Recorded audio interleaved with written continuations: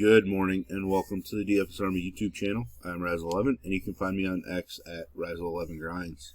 Going to take a look at some pitching for today, the 30th of July. It is Wednesday. We do have a 6-game day slate and a 6-game main slate this evening. One big weather spot from my understanding in Chicago. Very high delay risk, pretty strong PPD risk as well. Which is a little annoying because it does involve Philadelphia and some winds blowing out. Something that we're going to have to pay attention to as the day progresses here. It is part of the early slate, so we should have an idea over the next couple of hours. But definitely pay attention to some updates. Not really interested in pitching at all. And since this is a pitching video, you don't have to worry too much about it when it comes to that. This is a first look video. And I will be looking at DraftKings as that is where a majority of my action is. If you do play in FanDuel, it cut my pool in half or so. Pricing isn't as tight. You don't have to be as creative. It allows you to get stacks you want with an upper tier-ish pitcher. Now that all that is said and done, let's jump into the games today. First one, Arizona-Detroit. Chris Paddack making his Detroit debut against an Arizona lineup that has struggled a little bit recently. And given that it is a 6-game slate, kind of weaker overall, I do think we consider Chris Paddack. I don't really want to go too heavy on him, but given our options overall, I think Paddack is somebody that has a shot to be a top 2 scorer on this slate. The other side, Ryan Nelson. Super volatile. Completely different pitcher so far on the road from overall numbers. His underlying numbers, are actually pretty strong at home or on the road. Sorry, fewer hits. It's just his walks are an issue, and then home runs have bit him more when pitching on the road. Now, I do think it is decent hitting weather in Detroit, so that'll probably play into it. But I do think Ryan Nelson does offer some upside. Generally not a huge K guy, but there is some K upside against Detroit. Riley Green, I don't know why that's causing me issues, but Riley Green and Kerry Carpenter do strike out a decent amount. So I think both the pitchers in this game are very intriguing, but not some guys that I want to go super heavy on. See if we have any ownership. We do. Yeah, Paddack sub 10%, Nelson around 5%. Kenzie Gore at 60% really frustrates me. Obviously, clear separation on this slate as far as pitchers go. Next game, Boston, Minnesota. As we saw, Brian Bayo, pretty popular. I get it, and I'm going to be using Bayo pretty solidly. Minnesota without Buxton, and I think without Correa today. Certainly a spot for him to attack. He was strong against him the first time. No real discernible splits between home road. Maybe a little better K numbers when on the road, which is where he's at today. Definitely somebody viable. The other side, Zebby Matthews is somebody that I want to utilize. His last start was elite against Washington. Offers big K upside, is a little bit volatile, but Alex Bregman was just scratched before I started recording this, weakening that Boston lineup. I think Matthews certainly in play. Right now we don't have him owned, but I think that's just an updating thing. He definitely will carry some ownership. I just don't see him being super popular by any means. So Zebby Matthews is somebody that I want to utilize today. Philly, the White Sox, we talked about the rain. I just have no interest because of it. I would be interested a little bit by Hauser, but there's always a shot that he gets traded even before he starts this game. So Philadelphia does have some weaker bats in the lineup. They do have some strikeouts available, but that rain is going to keep me away from that particular spot. The Nationals and the Astros. Both pitchers are going to be in play for me. We saw the percentage on Mackenzie Gore. It's through the roof, which feels really dirty. His walks have been up, 3+ walks in 5 of his last 6 starts. Kind of a big issue to pay attention to. Don't love it. Ks have been down 4 or fewer in 4 of the last 6 starts. Something to pay attention to for sure. I think he's actually been somewhat reverse splitsy, which fits pretty well in this matchup with Houston. But he's going to be high owned just because he has the highest ceiling, I think, on this particular slate. Definitely somebody I love. You've been doing my content or listening to my content for a long time. You know that Mackenzie Gore is in the Nick Lodolo realm. Just 2 guys that I just love to use. The other side, Ryan Gusto, struggled in his return to the rotation last time against the A's. Home runs were an issue. There were some strikeouts, but he gave up a lot of hits, etc. The overall Washington lineup has struggled a bit recently, so I do think Gusto is worth sprinkling in. 81 pitches, good number to see the last time out, so we should see him in the 80 to 90 pitch range. I don't want to go too heavy on him. I don't like seeing him at around 19%. I'm going to have to play around with my percentages, but maybe I'm going to hope for at just 20%, but I would think 15 to 20% is something that I'm going to aim for Gusto. Next game, big-time pitching matchup between Shota and Freddie Peralta. Freddie Peralta's been phenomenal at home. 2 strong starts against the Cubs this season.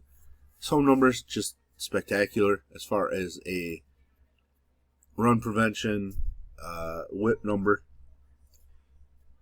Obviously, we know the Cubs, dangerous offense, but he's solved them pretty well. They haven't been swinging it overly well recently, so I think he gets them at the right time. It is wild to see him at 37% against the Cubs, but given this slate, I understand it. I think I want to have more Bayo than Peralta, to be honest, but I mean, they're basically like 2A and 2B on this slate, behind Gore for upside. Peralta probably might be safer than Mackenzie Gore, even in a more difficult matchup. Other side, Shota was decent against the Brewers first time he faced them. He's decent all around. He's coming off of an atrocious start, and it was against the White Sox. I want to utilize him just because I think left-handed pitching against Milwaukee can have success, but it's really tough because Milwaukee just keeps scoring runs when you don't expect them to. Sub 9% is decent, so I can get 12 to 15%, feel pretty solid about it, and not too worried. Last game on this slate, Atlanta, KC. I'm just not interested. Wentz has been lengthened out, so it's not terrible, but I just don't love the matchup. Kansas City doesn't strike out all that much. Kansas City appears to be going with a bullpen game. Pay attention to that. They might list or announce a projected long man. Definitely something to pay attention to because Atlanta is without Acuna. Their line has weakened then, so something to pay attention to as the morning progresses. Switching over to tonight's main slate. Colorado, Cleveland. Just nobody I'm interested in here. We like picking on Colorado, but I'm not using Colby Allard.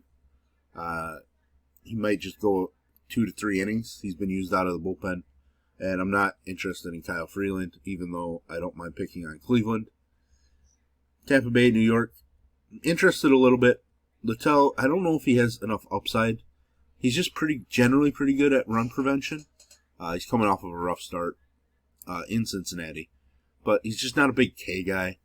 He's solid against the Yankees the first time. 20 fantasy points is pretty strong, considering he only struck out 3. But he gives up a lot of home runs, 26 of them on the season, 18 of those on the road where he's pitching today. 1 every 4 innings on the road. So it's 2.25 home runs per 9. That's a rough number to look at. I don't think we can trust Littell in this spot. Will Warren, somebody that I will use just because he does have plenty of upside. 2 starts against Tampa Bay have been atrocious. That's a worry. But his numbers are far better when pitching at home. And overall, Tampa Bay's offense does struggle more when away from home. The time he got to face them at home, 14.5 fantasy points. Nothing special, but still far better than when he was on the road. I think Will Warren's worth it just because he has enough upside. Dodgers and the Reds. Let's go to the main. I don't think we'll have ownership yet. Oh, we do. To get an idea on pitchers. But Kyle Freeland, the third highest owned pitcher. That's one spot that I will not be partaking in. This one, Nick Martinez has been really surprisingly solid.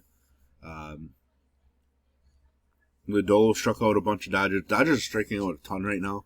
So I think Nick Martinez is interesting from a GPP standpoint.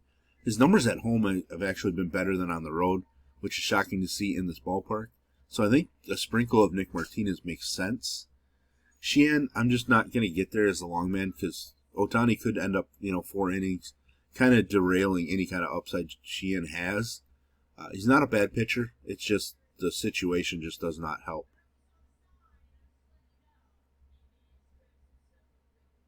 So now they're saying that Ohtani will not accrue hitting fantasy points, which is really, really strange. Miami, St. Louis, I don't really want to use either pitcher. I'm just hoping I don't have to consider either of them. Texas and the Angels, two guys that I definitely want to use, especially Evalde. Arguably been the most impressive AL pitcher this season. I know Skubal is widely considered the best, but Evalde's just been super impressive looking at his overall numbers. He's on the road where he has thrown it even better than at home. K numbers take a little bit of a hit. Dominated the Angels first time he faced them. Definitely somebody that we want to be super heavy on. 43% right now. I don't have a problem right now looking at 50 to 55% of Evalde. Soriano, it's a guy that kind of gets things done. His K numbers are stronger at home, but he's weaker overall. He struggled mightily against Texas. That's something to worry about. They've gotten to him for 2.2. Yeah, they've gotten to him both times. So, he didn't even have one strong start and one atrocious one. Not a huge K guy. He does allow a lot of runners. A 1.4 whip is kind of ugly, and it does take some of his upside away on DraftKings. He might be a better FanDuel play, and I don't say that very often. Last game of the night, Wu and Springs. Springs, 2 strong starts against Seattle. There's K upside in the matchup. Problem is he does allow some home runs, 20 of them so far this season. Most of those coming at home, which is to be expected in this ballpark. K numbers, not amazing by any means, but they've been strong against Seattle in 2 starts. I think Springs is worth a sprinkle in this particular situation, especially because he's sub 9% owned, and we're going to need some of these guys to help us out. Springs and Martinez, looking at these two down here, to help differentiate a little bit, and I think they have the ability to do that. Brian Wu on the other side, not the sharpest 2 starts against the A's. He is a little weaker on the road. I do worry a little bit about home runs, but still, just strong upside for Wu anytime he takes the mound. And there are strikeouts in the Athletic lineup, so no problem with him being the most popular. I think personally I want Evalde more than Wu, but they are 1 and 2 on this slate. But there we have it. There's our first look at pitching. If you enjoy what I bring to you, please hit the like button, hit the subscribe button, turn the notification bell on, get the alert anytime we drop videos here at DFS Army. If you want to join us, get access to our coaches, tools, sheets, Discord, etc., I'll put links in the description below. You can use promo code RAZ, that's R-A-Z, for 10% off monthly. And we do have our merch store available. Check out the hoodie. You can get that in stickers as well, coffee cup. You have other things, shirts, Fade the Chalk, Shark Lab, etc. Check that out. Link will be in the description below as well. And as always, best of luck, everybody.